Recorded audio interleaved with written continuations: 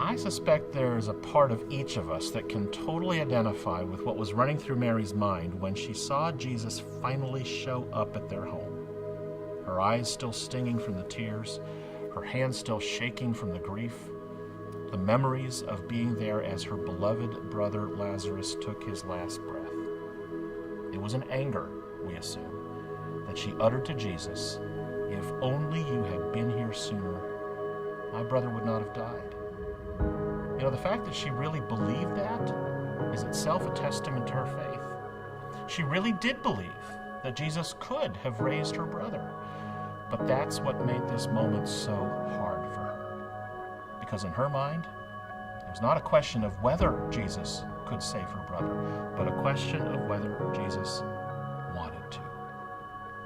And when we are at our most honest with God, I mean like raw, like Job or the psalmist, or like Mary here, it's not a question of whether God is able. It's a question of whether God is willing. And that is when things get really raw in our relationship with God, right? It's like that time when the disciples were on the boat in the middle of the storm, and Jesus was fast asleep below the deck. Do you remember what they were thinking? They were thinking, "Come on, Jesus, don't you care that we're dying here?"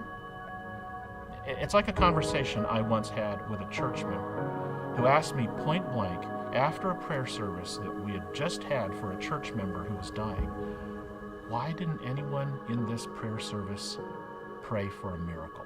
Don't we believe in miracles? Doesn't anyone care enough to pray for a miracle?"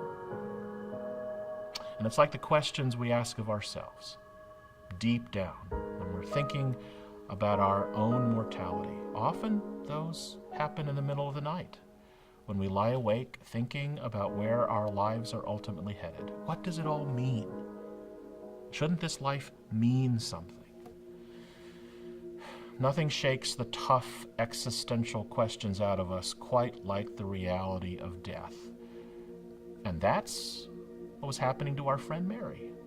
And Jesus knew it. He knew exactly what was going on in Mary's mind and heart. Now, we don't know why Jesus chose to wait as long as he did to show up, but we most certainly know how the story ended, with Jesus raising Lazarus back to life.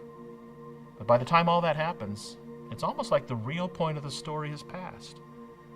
The real transformation that needed to happen in this story is not a dead man coming back to life, but that which happened in Mary's heart. She opened her heart to ask Jesus the tough questions, the kind of questions that you and I might be afraid to admit that we have, let alone ask them out loud. But she did. And you know what?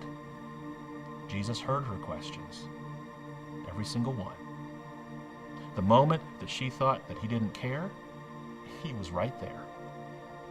No, he didn't show up according to her timeline and act according to her expectations. But God doesn't always do that, right? Instead, God is there with you to listen to your deepest struggles about death and grief, even when you think God is absent or distant. God is, in fact, with you the whole time. And that's good news.